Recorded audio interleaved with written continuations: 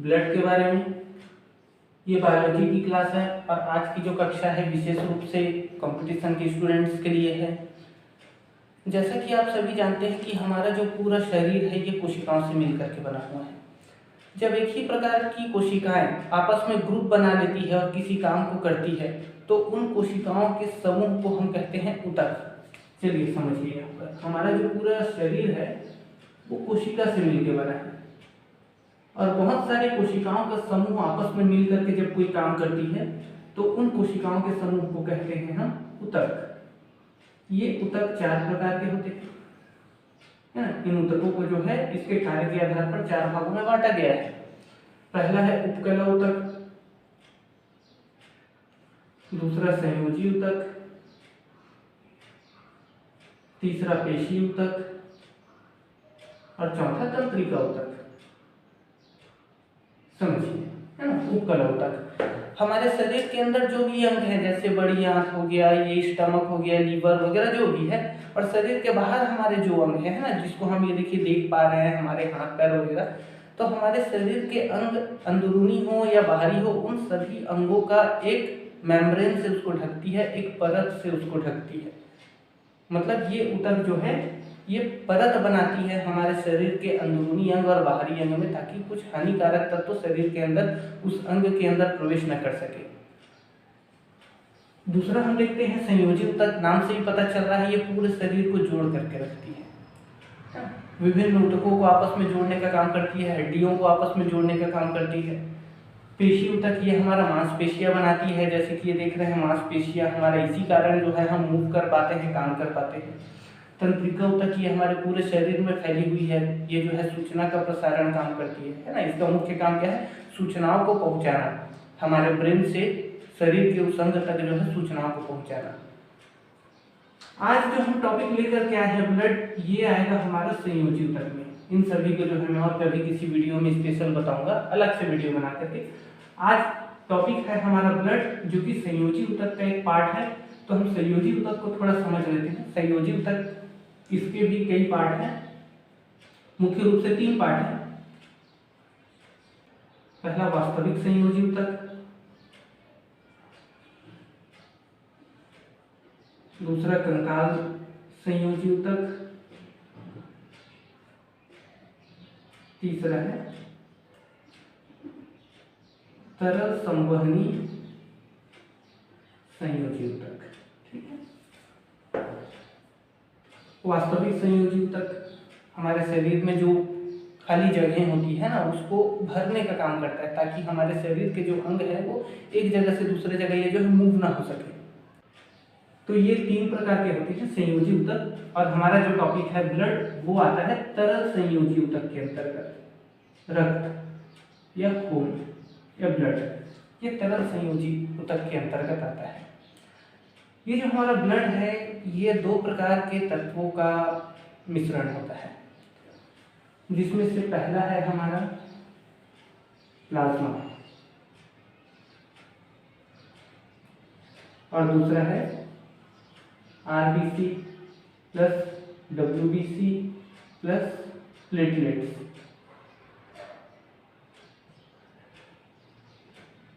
Okay, RBC plus WBC plus platelets. हमारा जो रक्त है, हमारा जो ब्लड है, इसमें 60% प्लाज्मा होता है और 40% इसमें आरबीसी होता है। देखिए मैं यहाँ पर आरबीसी बोल रहा हूँ, है ना। डब्ल्यूबीसी और प्लेटलेट्स की जो मात्रा है ना, वो बिल्कुल नगण्य है। अगर मैं टोटल ब्लड को 100% मान लूँ तो डब्ल्यूबीसी और प्लेटलेट की जो परसेंटेज है वो 1% भी नहीं है। अगर केवल मैं इस पार्ट की बात करूँ, अगर इसको मैं 100% मान लेता हूँ, तब डब्ल्यूबीसी और प्लेटलेट्स 1% होगा। 99% हमारे इसमें आरबीसी होता है। इस कारण मुख्य तत्व अगर हम देखें रक्त में तो 2 ही होता है, एक हमारा प्लाज्मा और एक आरबीसी। प्लाज्मा में कुछ चीजों का मिश्रण होता है। प्लाज्मा में 92% वाटर होता है, पानी, 7% प्रोटीन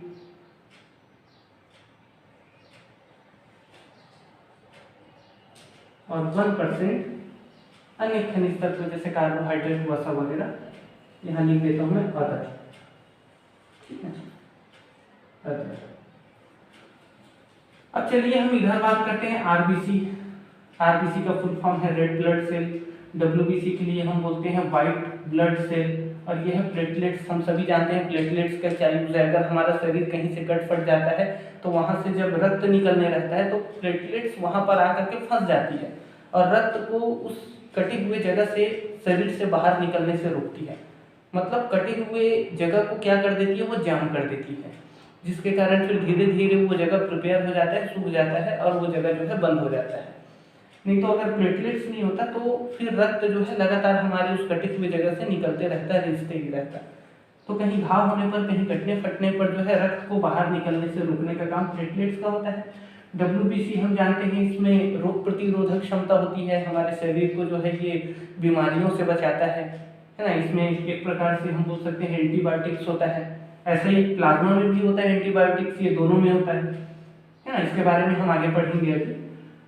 ये तो आप जानते ही हैं डब्ल्यूबीसी में एंटीबायोटिक्स होता है। इसमें कैसे एंटीबायोटिक्स होता है इसको अभी हम देखेंगे। आरबीसी की बात करें तो आरबीसी को हम बोलते हैं रेड ब्लड सेल।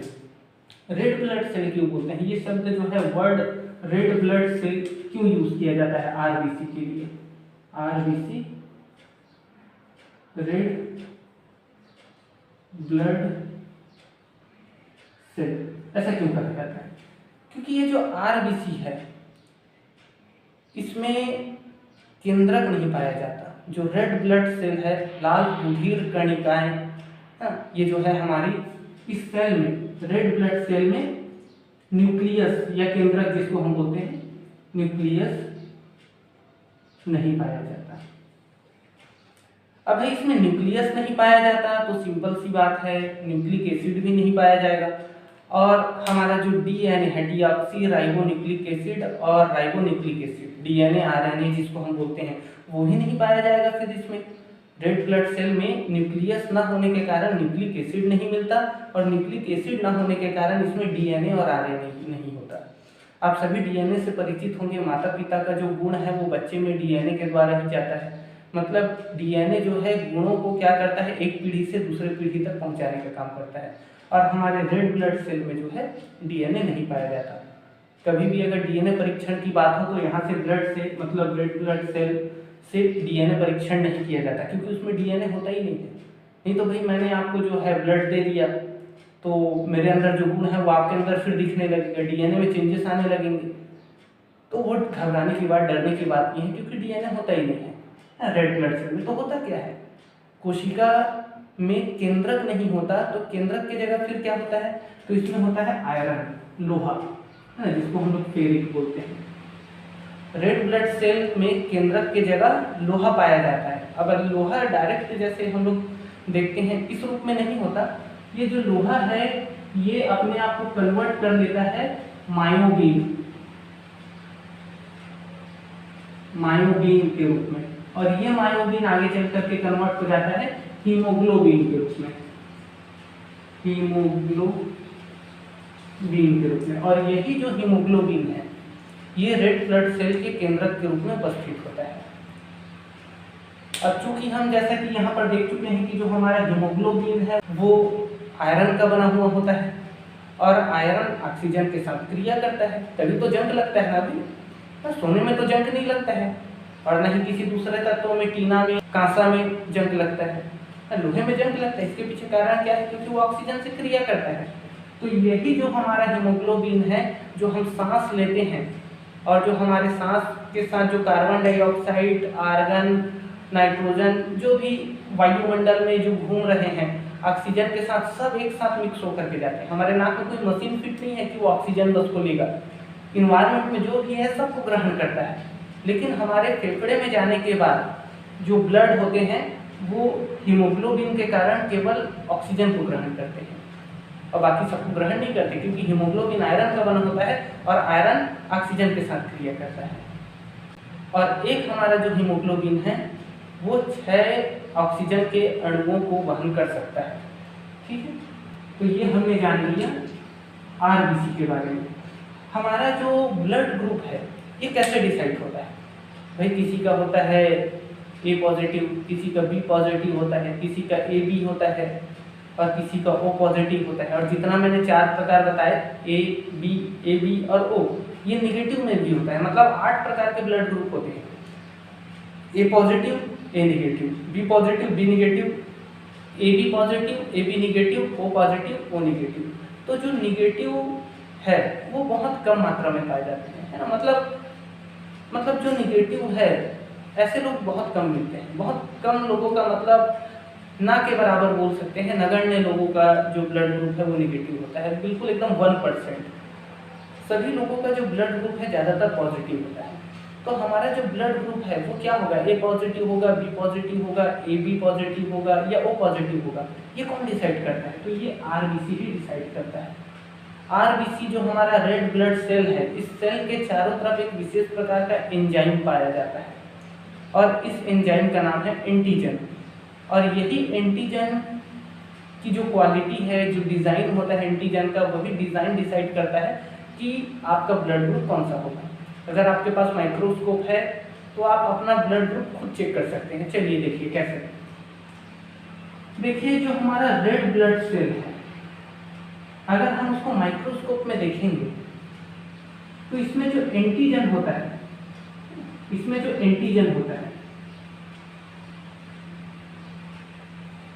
वो कुछ इस प्रकार से दिखता है।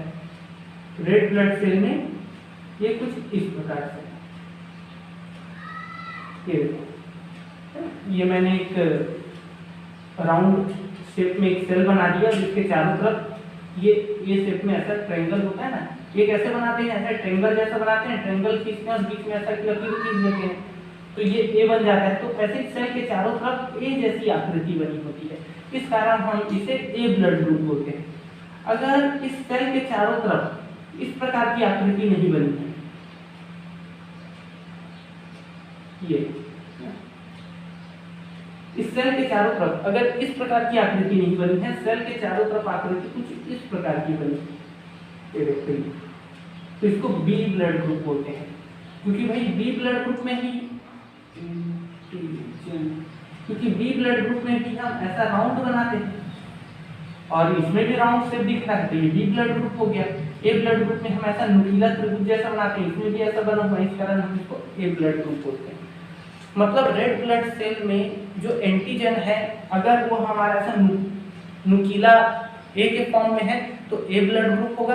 अगर वो हमारा एंटीजन ऐसा राउंड शेप में है, गोल गोल जैसा बी बनाते हैं, तो वो बी ब्लड ग्रुप होगा। अगर दोनों है मिक्स, कई जगह ऐसे भी दिख जाते हैं, किसी ब्लड सेल में जो है ये भी होता है, ये भी होता है, ये हो गया, ये हो गया, ऐसा कंडीशन, तो हम इसको क्या बोलेंगे, ए बी ब्लड ग्रुप बोलेंगे हम इसको। और किसी ब्लड में अगर दोनों नहीं है, ऐसा है कुछ, ना तो ए एंटीजन वहां पर दिख रहा है ना बी दिख रहा है, तो हम उसको बोलेंगे O blood group, O positive बोलेंगे। तो इस प्रकार से माइक्रोस्कोप में आप अपने एंटीजन को चेक करके खुद पता लगा सकते हैं कि आपका जो ब्लड ग्रुप है वो कौन सा है।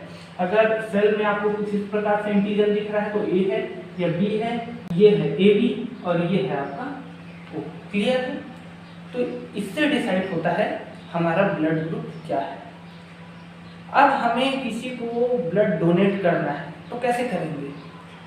अबे ये तो पता है ज़्यादातर लोगों को कि भाई मेरा ए ब्लड ग्रुप है तो मैं ए वाले को दे सकता हूँ, मेरा बी है तो मैं बी वाले को दे सकता हूँ, ए बी वाला हूँ तो ए बी वाले को दे सकता हूँ। लेकिन ऐसा नहीं है कि मेरा जो ब्लड ग्रुप है मैं केवल उसी को दे सकता हूँ, उसके अलावा मैं कुछ और लोगों को दे सकता हूँ। तो कैसे डिसाइड होगा कि मैं अपना ब्लड किसे किसे दे सकता हूँ? अगर मेरा ब्लड ग्रुप ए बी है तो मैं अपना ब्लड ग्रुप किसे किसे दे सकता हूँ, अगर बी है तो किन्हें दे सकता हूँ, ओ है तो किन्हें दे सकता हूँ, ये कैसे डिसाइड होगा?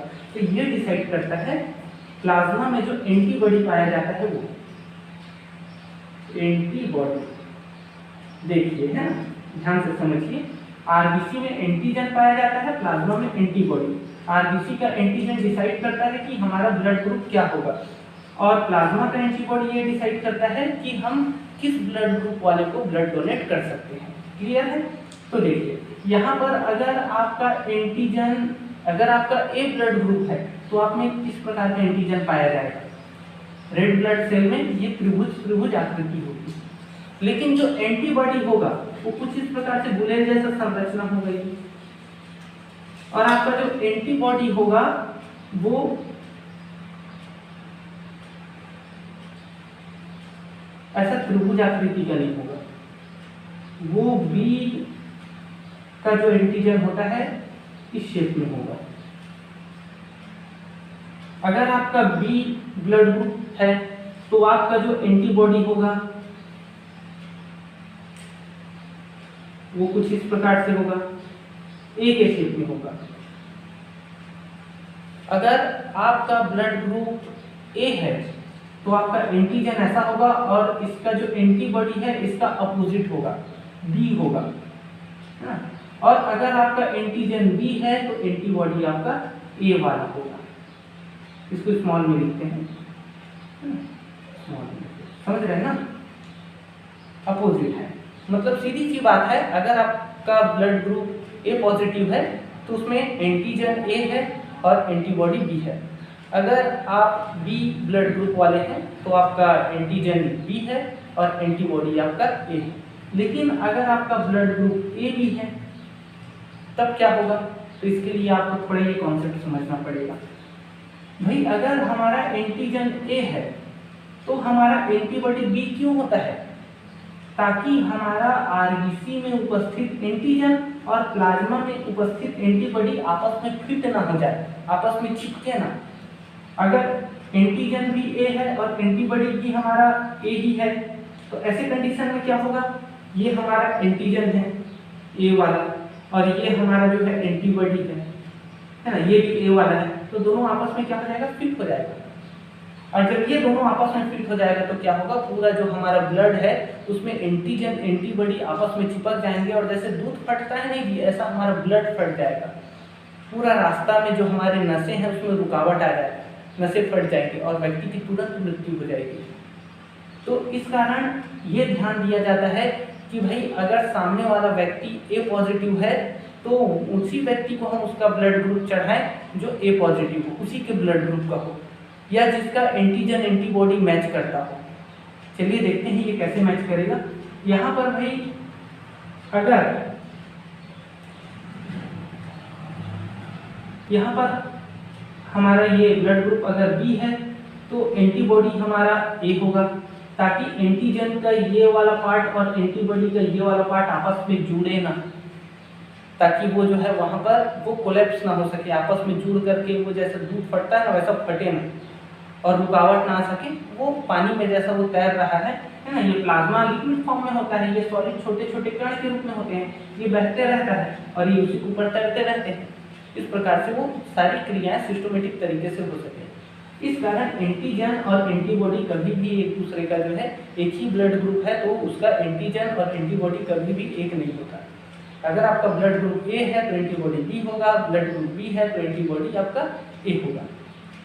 लेकिन अगर ए बी है, यहाँ पर देखिए ब्लड ग्रुप आपका ए बी है तो आपके एंटीजन में ए वाला भी क्वालिटी होगा, बी वाला भी क्वालिटी होगा। एक तरफ देखो दो तो त्रिभुज भी बना है, दो तो राउंड भी बना है, तो कौन सा एंटीबॉडी लगेगा, क्या ये लगेगा या ये लगेगा, दोनों नहीं लग सकता। तो अगर आपका ब्लड ग्रुप ए बी है तो वहां पर कोई एंटीबॉडी नहीं होता, और अगर आपका ब्लड ग्रुप ओ है तो ओ में देखिए ना तो एक का प्रॉपर्टी दिख रहा है ना बी का, ये सीधा सीधा राउंड शेप में है तो ये इसमें भी फिट हो जाएगा, इसमें भी। इस कारण ओ पॉजिटिव वाले जो ब्लड ग्रुप होते हैं उसमें दोनों एंटीबॉडी होते हैं। इसमें जो है बी वाला भी एंटीबॉडी होगा, ए वाला भी एंटीबॉडी होगा। चलिए एक बार फिर से देखिए, अगर आपका एंटीजन ए है तो एंटीबॉडी बी होगा, एंटीजन बी है तो एंटीबॉडी आपका ए होगा।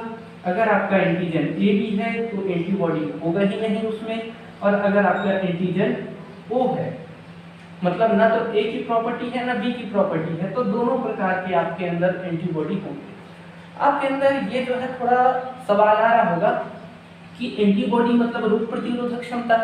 वही हम डॉक्टर के पास जाते हैं और बोलते हैं कि डॉक्टर साहब थोड़ा सर्दी लग रहा है, थोड़ा सेहत खराब है ना, तबीयत खराब, बुखार आता है हल्का हल्का, तो वो हमें क्या देता है, एंटीबायोटिक्स देता है ना। ज़्यादातर मामलों में क्या दिया जाता है, जब सेहत खराब होता है तो एंटीबायोटिक्स दिया जाता है। एंटीबायोटिक्स ऐसी दवाएं होती है जो हमारे रोग प्रतिरोधक क्षमता को बढ़ाती है और हम धीरे धीरे स्वतः ही खुद से ठीक हो जाते हैं। तो एंटीबॉडी का मतलब क्या है? रोग प्रतिरोधक क्षमता। अब यहाँ पर देखिए ए बी वाले के पास तो कोई भी रोग प्रतिरोधक क्षमता नहीं है, इस कारण सामान्यतः जो ए बी ब्लड ग्रुप वाले लोग होते हैं वो जनरली थोड़े ज़्यादा बीमार पड़ते हैं। और अगर आपका ब्लड ग्रुप ओ है तो आपके पास दोनों एंटीबॉडी होगी, ए वाली भी और बी वाली भी। तो ओ ब्लड ग्रुप वाले जो लोग होते हैं वो आम लोगों के मुकाबले थोड़ा कम बीमार पड़ते हैं।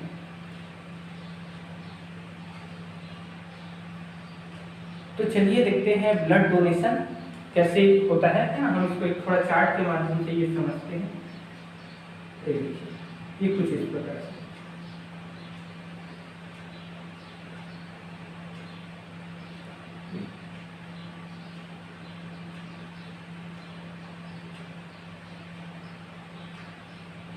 इस तरफ मैं सभी ब्लड डोनेट करने वाले का ब्लड ग्रुप लिखूंगा ए बी ओ, और इस तरफ सभी रिसीवर ब्लड लेने वाले का ए बी ओ। अब चलिए देखिए, अगर ब्लड ग्रुप देने वाला ए पॉजिटिव है तो वो किसे देगा? जिसका एंटीबॉडी बी है, ताकि इसका एंटीजन और एंटीबॉडी मैच ना हो। अगर एंटीजन एंटीबॉडी अगर मैच हो रहा है तो वो ब्लड ग्रुप नहीं चलेगा, है ना, वहाँ पर ब्लड डोनेशन नहीं होगा। अगर आपने गलती से ए वाले का बी वाले में चढ़ा दिया ब्लड को तो उसके जो रक्त होंगे वो पूरा थक्का जम जाएगा और वो पूरा जो रास्ते में जो है जाम हो जाएगी पूरी जो नाली है और व्यक्ति की तत्काल मृत्यु हो जाएगी। तो ये बिल्कुल ध्यान दिया जाता है कि भाई एंटीजन और एंटीबॉडी मैच होना चाहिए, है ना। जैसे कि यहाँ पर मैंने पहले ही बताया था कि हमारा ब्लड ग्रुप कौन डिसाइड करता है? एंटीजन। और हम ब्लड डोनेट किसे किसे कर सकते हैं ये कौन डिसाइड करता है? एंटीबॉडी। तो चलिए देखते हैं कि किसका एंटीजन एंटीबॉडी मैच हो रहा है। अगर मैच हो रहा है तो वहाँ पर ब्लड डोनेशन नहीं होगा, अगर ब्लड ग्रुप मैच नहीं हो रहा है तो वहाँ पर ब्लड डोनेशन होगा। चलिए देखिए, ए वाले को दे सकता है क्या? भाई ए वाला जो देता है ब्लड ग्रुप, जो देता है ब्लड, उसका एंटीजन मैच किया जाता है और लेने वाले का एंटीबॉडी मैच किया जाता है। तो देखिए देने वाला ए पॉजिटिव है, ए है उसका ब्लड ग्रुप, और लेने वाले का क्या होगा? लेने वाले का भी ए है, तो लेने वाले का एंटीबॉडी क्या होगा हमारा? ये है ना, बी होगा। मतलब देने वाले का एंटीजन ए और लेने वाले का एंटीबॉडी बी मैच नहीं हो रहा है, तो यहाँ पर ए वाला ए वाले को ब्लड दे सकता है। ए वाला बी वाले को दे सकता है क्या? तो देने वाले का मैंने पहले ही बताया था एंटीजन देखा जाता है और लेने वाले का एंटीबॉडी देखा जाता है। तो देने वाला कौन है? ए। लेने वाला कौन है? बी। तो बी का एंटीबॉडी जैसा होता है ए के जैसा, तो भाई एंटीजन ए है, देने वाले का डोनर का एंटीजन ए है और रिसीवर का एंटीबॉडी ए है, दोनों मैच कर रहा है, ये तो दोनों कोलैप्स कर लेगा, दोनों जो है थक्का बना लेगा। तो यहाँ पर ए वाला बी वाले को ब्लड नहीं दे सकता क्योंकि यहाँ पर मैच नहीं हो रहा है। ए वाला ए बी वाले को दे सकता है क्या? चलिए देखते हैं। तो देने वाले का हम एंटीजन देखते हैं और लेने वाले का एंटीबॉडी। तो भाई ए बी वाले के पास तो कोई एंटीबॉडी होता ही नहीं है, तो वो किसी से भी ले सकता है क्योंकि वहाँ पर एंटीबॉडी ही नहीं है, तो मैच किससे करेंगे? तो ए वाला जो है ए बी वाले को दे सकता है। अब ए वाला ओ वाले को दे सकता है क्या? तो देखिए इसका एंटीजन ए का है और ओ वाले का एंटीजन में ए भी है बी भी है, मतलब ये ए से भी नहीं ले सकता बी से भी नहीं ले सकता क्योंकि ये ए से भी मैच कर रहा है और बी से भी मैच कर रहा है। तो यहाँ पर ए वाला ओ वाले को ब्लड नहीं दे सकता। चलिए हम दूसरा देखते हैं, बी। बी वाला जो ब्लड ग्रुप है वो ए वाले को डोनेट करेगा क्या? चलिए देखते हैं। तो जो डोनर है उसका एंटीजन देखेंगे और लेने वाला कौन है? ए, तो लेने वाले का एंटीबॉडी देखेंगे। तो देखिए यहाँ पर ये बी है एंटीजन और ए ब्लड ग्रुप वाले का एंटीबॉडी क्या होता है? वो भी बी होता है, राउंड शेप वाला होता है, तो ये मैच हो रहा है। तो यहाँ पर ये बी वाला ए वाले को ब्लड नहीं दे सकता। चलिए देखते हैं क्या बी वाला बी वाले को ब्लड दे सकता है क्या? तो डोनर का हम एंटीजन देखते हैं और रिसीवर का एंटीबॉडी देखते हैं। तो बी ब्लड ग्रुप वाले का जो एंटीबॉडी होता है वो किसका होता है, ए होता है ना, एंटीबॉडी उसका ए होता है और एंटीजन बी होता है। तो ये राउंड शेप वाला है, ये त्रिभुज वाला है, ये दोनों आपस में क्या हो रहा है, मैच नहीं हो रहा है। तो बी वाला बी वाले को दे सकता है, क्योंकि बी वाले का एंटीजन बी होता है, एंटीबॉडी ए होता है और ये दोनों का एंटीजन एंटीबॉडी आपस में मैच नहीं हो रहा है, इस कारण ये ब्लड डोनेट कर सकते हैं। उसी प्रकार देखिए, क्या बी वाला ए बी वाले को ब्लड डोनेट कर सकता है क्या? तो जैसे कि मैंने पहले बताया था कि ए बी वाले के पास तो कोई एंटीबॉडी है ही नहीं, तो वो किसी के साथ भी मैच नहीं करेगा, मतलब सबसे ये ब्लड ले सकता है। तो ये बी वाला ए बी वाले को ब्लड दे सकता है। बी वाला ओ वाले को ब्लड दे सकता है क्या? नहीं दे सकता, बिल्कुल भी नहीं दे सकता, क्योंकि भाई ओ वाले के पास क्या है, दोनों प्रकार की एंटीबॉडी होती है, ए वाली भी और बी वाली भी, है ना। इसके पास ए बी दोनों प्रकार की एंटीबॉडी होती है, तो ये नहीं लेगा। अब चलिए बात करते हैं ए बी की। ए बी किसे दे सकता है और किसे नहीं दे सकता है। देने वाले का हम एंटीजन देखेंगे और लेने वाले का एंटीबॉडी। तो ए बी वाला जो ब्लड ग्रुप का व्यक्ति है वो ए वाले को ब्लड चढ़ा सकता है क्या, अपना ब्लड डोनेट कर सकता है क्या? तो ए बी वाले का एंटीजन ये है और ए वाले का एंटीबॉडी ये है। तो देखिए यहाँ पर ए ब्लड ग्रुप वाले का एंटीबॉडी क्या होता है, बी होता है, ऐसा राउंड वाला, और जो डोनर है उसका एंटीजन कैसा होता है, राउंड वाला भी होता है, ट्रायंगल वाला भी होता है, मतलब मैच हो रहा है यहाँ पर, तो ब्लड नहीं देगा, ये ब्लड नहीं देगा। वैसे ही ए बी वाला बी वाले को भी ब्लड नहीं दे सकता, क्योंकि इसका जो एंटीजन में है ट्रायंगल है यहाँ पर, और बी ब्लड ग्रुप वाला जो होता है उसका एंटीबॉडी में भी ट्रायंगल बनता है, यहाँ पर भी मैच हो रहा है। तो ए बी जो ब्लड ग्रुप के लोग हैं वो बी ब्लड ग्रुप के लोगों को भी ब्लड नहीं दे सकते। ए बी वाला ए बी वाले को दे सकता है क्या? तो ए बी वाले का एंटीजन में ए बी दोनों प्रकार की क्वालिटी है, लेकिन एंटीबॉडी तो बिल्कुल नहीं है, तो बिल्कुल दे सकता है। यहाँ पर मैच नहीं हो रहा है ना, यहाँ पर ए बी दोनों है, लेकिन यहाँ पर ना तो ए है ना बी है, तो मैच नहीं हो रहा है, तो मैच करने के लिए कुछ है ही नहीं, तो ये जो है ब्लड दे सकता है। वैसे ही हम बात करते हैं ए वाला ओ वाले को दे सकते हैं क्या? ये तो और बिल्कुल नहीं दे सकता, क्योंकि भाई एंटीजन इसके पास क्या है, ए बी दोनों का है, और रिसीवर में कौन खड़ा है, ओ ब्लड ग्रुप का, और ओ ब्लड ग्रुप वाले के पास एंटीबॉडी क्या है, इसके पास भी दोनों है, ए का भी एंटीबॉडी है, बी का भी एंटीबॉडी है, और ब्लड ग्रुप जो ए बी वाला है उसके पास ए का भी एंटीजन है, बी का भी एंटीजन है, तो पूरा पूरा मैच हो रहा है, तो यहाँ पर ये तो बिल्कुल नहीं दे सकता। अब चलिए हम बात करते हैं ओ वाले की। ओ वाला ए वाले को दे सकते हैं क्या ब्लड?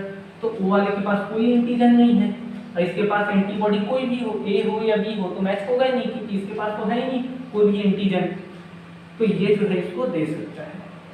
बी को दे सकता है क्या? ओ पॉजिटिव बी को दे सकता है क्या? अब देखिए बी वाला जो है उसके पास एंटीबॉडी ए की होती है, ऐसा त्रिभुज वाला, लेकिन हमारा जो ओ है उसके पास कोई एंटीजन नहीं होता, तो मैच किससे करेंगे? मैच करने के लिए नहीं है, तो मैच यहाँ पर भी नहीं हो रहा है, तो इसको भी दे सकता है। वैसे ही ओ वाला जो है ए बी वाले को भी ब्लड देगा, और ओ वाला जो है ओ वाले को भी ब्लड देगा। यहाँ पर आप ध्यान दीजिए, ये ओ पॉजिटिव सबको ब्लड दे सकता है, ओ पॉजिटिव जो है सबको ब्लड दे सकता है, और ए बी जो है वो सबसे ब्लड ले सकता है ना।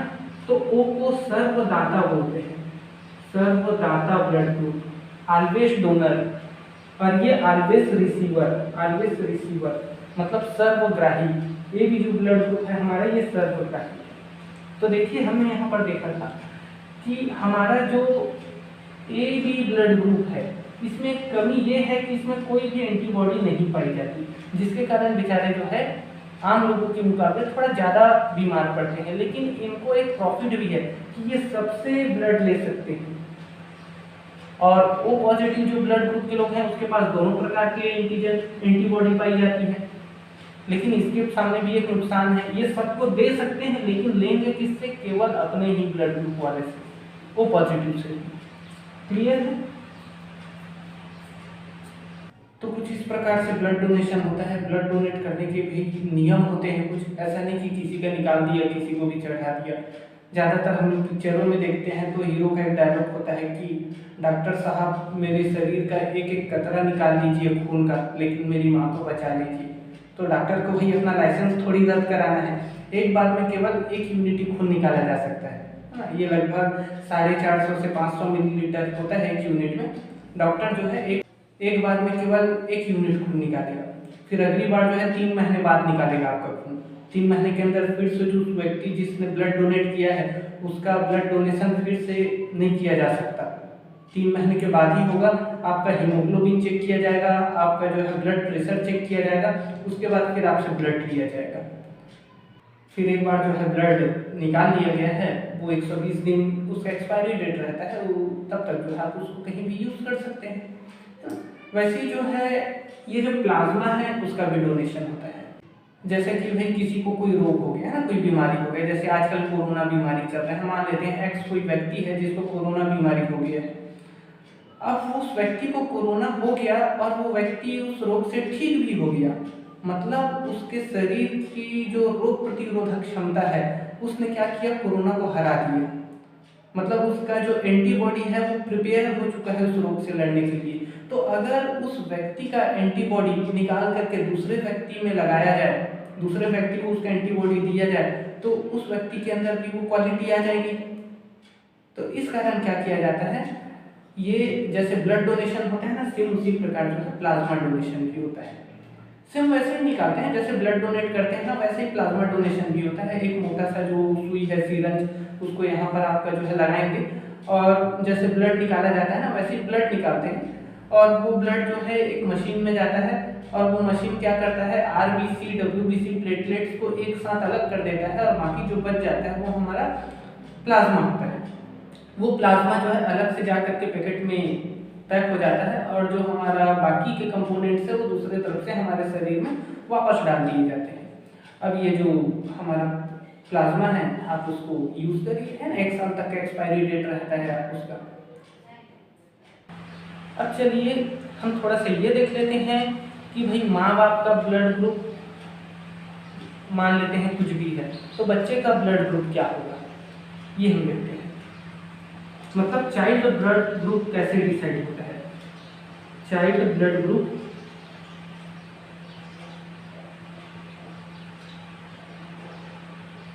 बच्चों का जो ब्लड ग्रुप है, माता पिता का जो ब्लड ग्रुप है उसके अनुसार बच्चे का ब्लड ग्रुप कैसे डिसाइड होता है, चलिए समझते हैं। तो इसके कुछ नियम होते हैं, है ना, कुछ 2-3 नियम होते हैं। अगर हम उसे समझ लें तो हम बच्चों का जो ब्लड ग्रुप है वो डिसाइड कर सकते हैं, बता सकते हैं पहले से।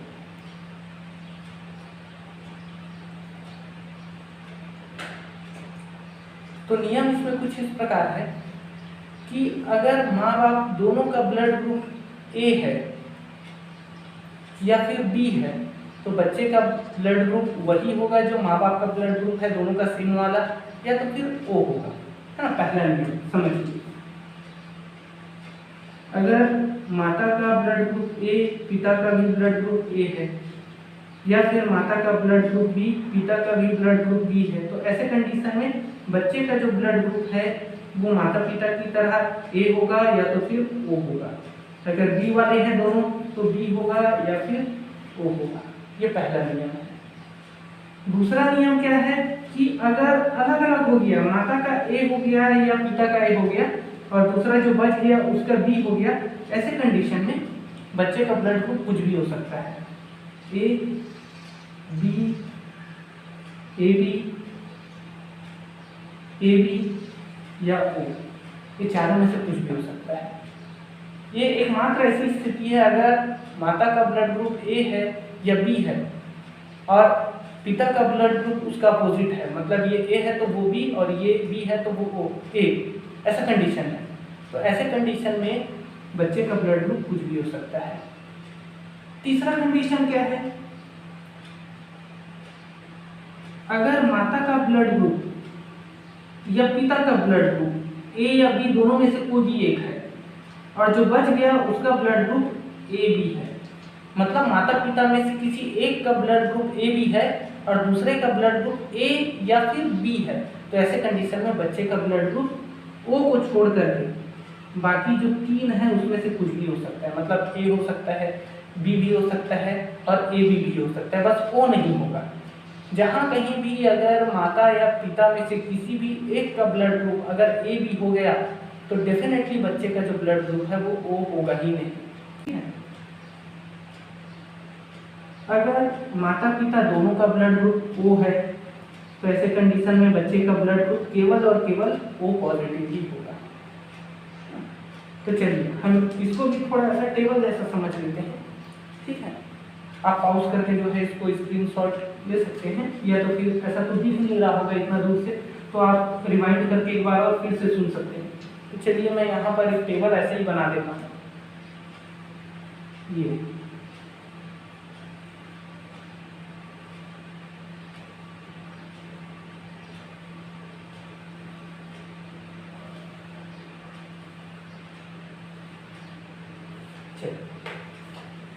ये इस तरफ मैं पिता का ब्लड ग्रुप लिखूंगा फादर, इस तरफ मैं माता का ब्लड ग्रुप लिखूंगा मदर।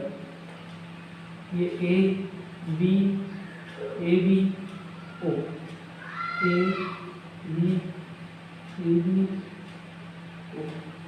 अगर पिता का ब्लड ग्रुप ए हुआ और माता का भी ब्लड ग्रुप अगर ए हुआ, अगर ये दोनों के द्वारा संतान उत्पत्ति होती है तो बच्चे का ब्लड ग्रुप ए होगा या फिर ओ होगा।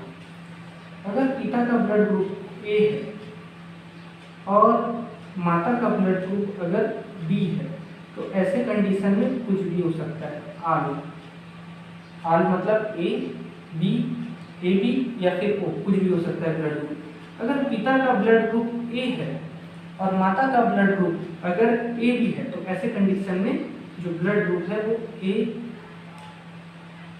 बी तीनों में से कोई भी ब्लड ग्रुप हो सकता है।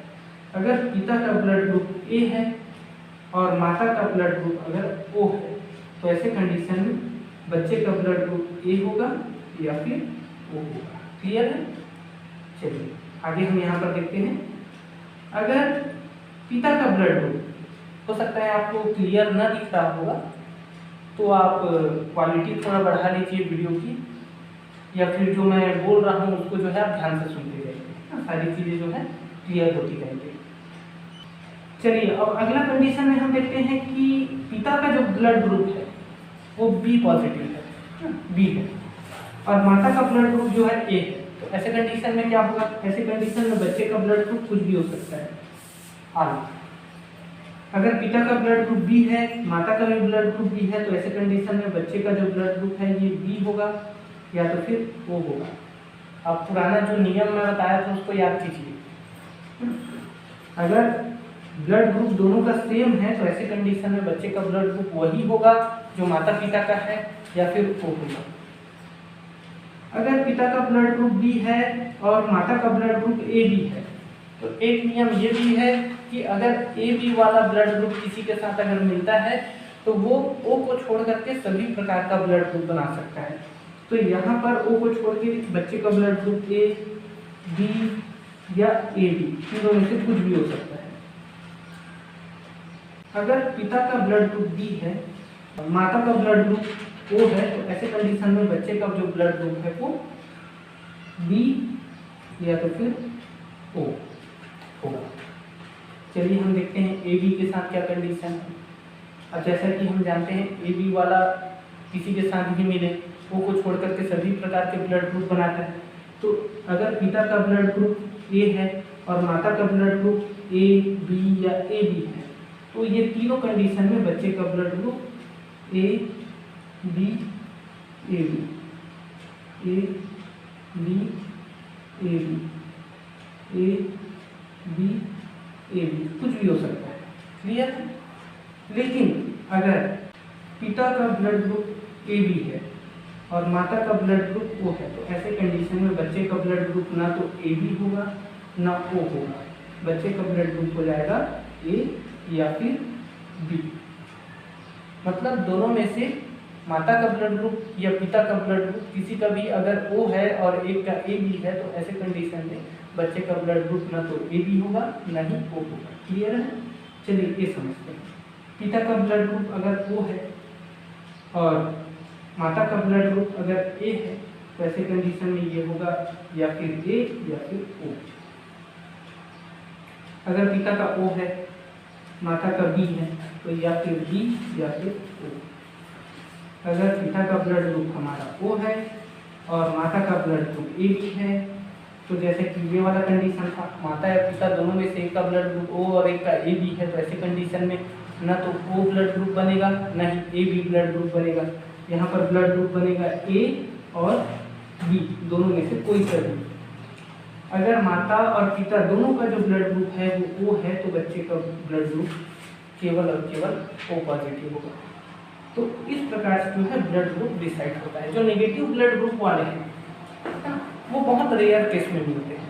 100% में से 1% ऐसे लोग हैं जिसका ब्लड ग्रुप नेगेटिव होता है, और वो होता है एक बंदर के कारण। ठीक है, एक बंदर जिसका नाम रेसस नाम का एक बंदर था। इस बंदर के जो रेड ब्लड सेल थे उसमें देखा गया कि एक प्रकार का चारों तरफ जो है प्रोटीन जमा हुआ है, उसके रेड ब्लड सेल में प्रोटीन जमा हुआ है। तो मनुष्यों का भी जो ब्लड ग्रुप है उसको निकाल करके परीक्षण किया गया, तो पता चला कि हमारे भी ब्लड ग्रुप में वो प्रोटीन जमा हुआ है। तो उस प्रोटीन को नाम दिया गया है RH फैक्टर।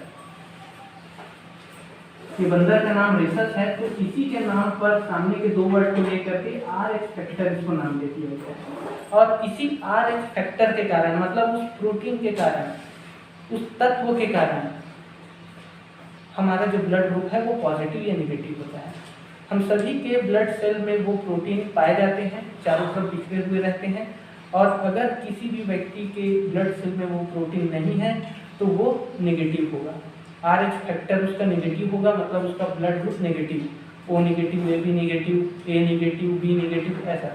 और ज़्यादातर सभी के ब्लड ग्रुप में ये RH फैक्टर मतलब वो प्रोटीन पाया जाता है।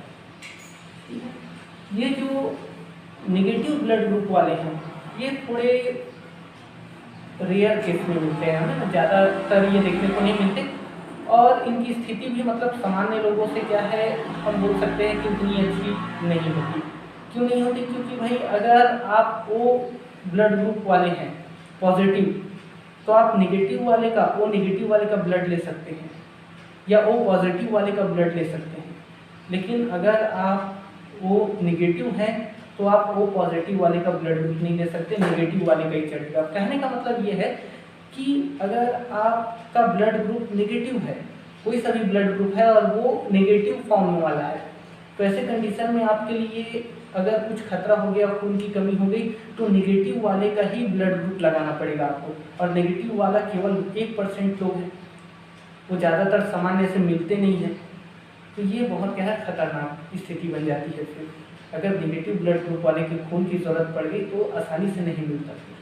ठीक, एक और स्थिति यहाँ पर यह है कि अगर किसी महिला का जो ब्लड ग्रुप है अगर वो नेगेटिव है ना, उसका RH फैक्टर अगर नेगेटिव है और उसके हस्बैंड का अगर RH फैक्टर पॉजिटिव है, दोनों विवाह करते हैं और वो दोनों के माध्यम से जब संतान उत्पत्ति होती है, तो ऐसे कंडीशन में जो पहला संतान है वो सामान्य तरीके से होता है। लेकिन ज़्यादातर पहला जो संतान है उसमें माता को जो है कठिनाई होती है ना, क्योंकि वो पहली संतान होती है। इसके बाद जितने भी संतान होते हैं उसमें सरलता होती है, क्योंकि एक बार जो है माता जो है बच्चे को जन्म दे चुकी होती है। लेकिन जो नेगेटिव वाले होते हैं, जिनका RH फैक्टर नेगेटिव होता है, जिन महिलाओं का, और उनके हस्बैंड का अगर RH फैक्टर पॉजिटिव है, तो ऐसे कंडीशन में जो पहली संतान होती है वो सामान्य तरीके से होती है। लेकिन इसके बाद जितनी भी संतानें होती है वो गर्भ में ही मर जाती है ना, उनकी मृत्यु गर्भ में ही हो जाती है। अगर वो जीवित जन्म ले भी लेते हैं तो मुश्किल से आधे घंटे के अंदर उसकी मृत्यु हो जाती है। तो ये बड़ा खतरनाक स्थिति होती है। किसी महिला का अगर RH फैक्टर नेगेटिव है तो वो कभी भी बच्चे को जन्म नहीं दे सकते, है ना। ऐसी लोगों को विभिन्न प्रकार के शब्दों का उपयोग करके जो है उनको अपमानित किया जाता है। और हमारे संविधान में क्या है, ऐसे शब्दों का किसी महिला को बांझ कहना या किसी महिला को टोन्ही कहना, ये क्या है, बिल्कुल इसका जो है विरोध किया गया है ना। हम किसी भी महिला को इस प्रकार से शब्दों का उपयोग करके उसको अपमानित नहीं कर सकते। लेकिन ये जो भी कंडीशन होता है ये ज़्यादातर इसी RH फैक्टर के कारण होता है। ठीक है, तो चलिए यहाँ पर मैंने आपको बहुत सारी जानकारी दे दी। आप ध्यान रखिएगा, हमारा जो RBC है, रेड ब्लड सेल, इसमें लोहा पाया जाता है, इसी कारण तो वो लाल दिखता है। जब लोहे में जंग लग जाता है, मतलब लोहा जब ऑक्साइड बना लेता है ऑक्सीजन के साथ मिल करके, तो लाल दिखता है नहीं। तो वैसे ही ये ऑक्सीकरण होता है और वो हीमोग्लोबिन बनाता है, तो वो भी निश्चित रूप से लाल होगा। तो जैसे हमारे ब्लड में हीमोग्लोबिन पाया जाता है, वैसे ही उनमें क्लोरोप्लास्ट पाया जाता है। और हमारे हीमोग्लोबिन का निर्माण लोहे के द्वारा होता है ना, आयरन से होता है। वैसे ही उनमें क्लोरोप्लास्ट का निर्माण मैग्नीशियम से होता है। ठीक है, बहुत सारी जानकारी यहाँ पर मैंने आपको दी। अगले वीडियो में मैं चर्चा को आगे बढ़ाऊंगा। ओके।